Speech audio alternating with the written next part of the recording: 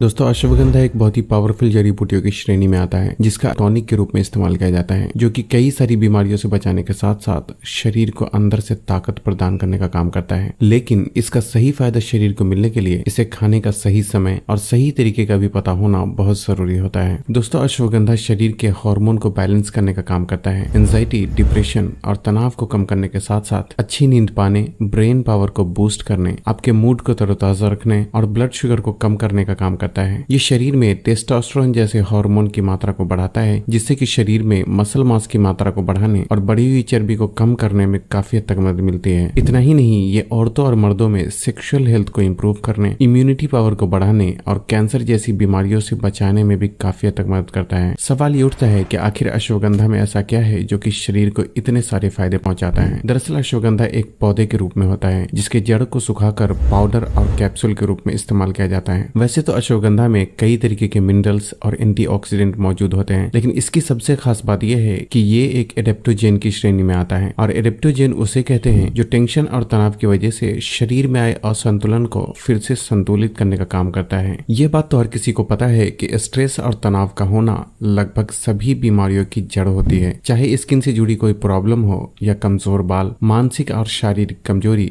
Sexual problem, रातों को जल्दी नींद न आना और कई तरीके की बीमारियों को और भी ज्यादा बढ़ाकर बद से बदतर बनाने में टेंशन और तनाव का एक बहुत ही बड़ा हाथ होता है। और उसी तनाव को अश्वगंधा बहुत ही बेहतर तरीके से कंट्रोल करने का काम करता है, जिससे कि उलझा हुआ दिमाग शांत होता है और शरीर अपने आप में बैलेंस होने लगता है। यही वजह है कि अश्वगंधा को शरीर के लिए इतना फायदेमंद माना जाता है।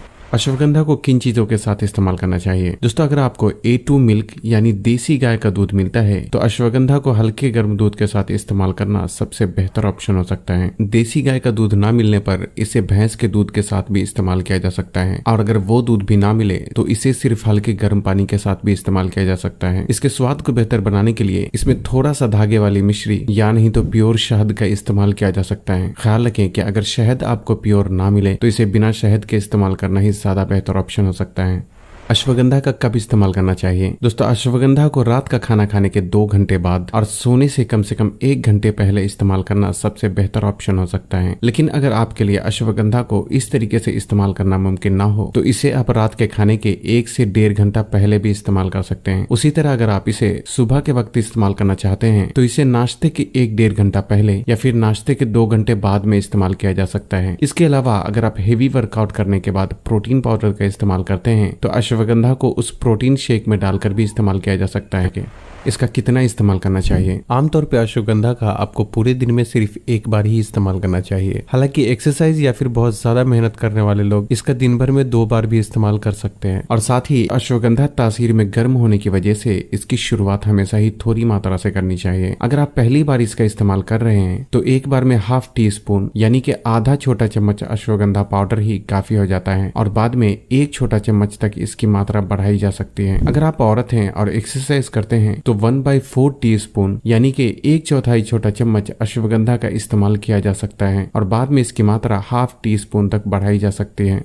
किन लोगों को अश्वगंधा का इस्तेमाल नहीं करना चाहिए? पहले तो जिन लोगों के पेट में अल्सर की प्रॉब्लम या फिर पेट में बहुत ही ज्यादा गर्मी महसूस होती है, उन लोगों को अश्वगंधा का तब तक इस्तेमाल नहीं करना चाहिए जब तक कि पेट का अल्सर पूरी तरीके से ठीक ना हो जाए। अश्वगंधा कुछ दवाइयों के साथ भी इंटरेक्ट करता है, इसलिए खासकर वो लोग जो पहले से ही किसी बीमारी के दवा का इस्तेमाल कर रहे हैं, उन्हें अश्वगंधा का इस्तेमाल करने से पहले किसी अच्छे डॉक्टर की सलाह जरूर लेनी चाहिए। इसके अलावा जिन लोगों को लो ब्लड प्रेशर की प्रॉब्लम है उन्हें भी इसका इस्तेमाल नहीं करना चाहिए, क्योंकि अश्वगंधा ब्लड प्रेशर को कम करने का काम करता है, जो कि हाई ब्लड प्रेशर वाले के लिए तो फायदेमंद होता है, लेकिन लो ब्लड प्रेशर में इसका इस्तेमाल करने से ये समस्या को और भी ज्यादा बढ़ा सकता है। इसके अलावा गर्भवती महिलाएं और जिन औरतों के दूध पीने वाले छोटे बच्चे होते हैं उन्हें भी अश्वगंधा का इस्तेमाल नहीं करना चाहिए, नहीं तो ये फायदे के बजाय नुकसान पहुंचा सकता है। इसके अलावा औरतों में हार्मोन से जुड़ी ऐसी बीमारियां जिसमें शरीर में टेस्टोस्टेरोन जैसे हार्मोन की मात्रा बढ़ गई हो, उसमें भी अश्वगंधा का इस्तेमाल बिना डॉक्टर की सलाह के नहीं करना चाहिए, नहीं तो इससे प्रॉब्लम और भी ज्यादा बढ़ सकती है। अर्थराइटिस, थायराइड और सोरायसिस जैसी ऑटो इम्यून डिजीज की कैटेगरी में आने वाली बीमारियों में अश्वगंधा कभी कभी उल्टा भी काम करने लगता है। हालांकि हमेशा ऐसा नहीं होता, लेकिन फिर भी अगर आपको कोई ऑटो इम्यून डिजीज की प्रॉब्लम है तो अश्वगंधा का इस्तेमाल करने से पहले आपको किसी अच्छे डॉक्टर की सलाह जरूर लेना चाहिए।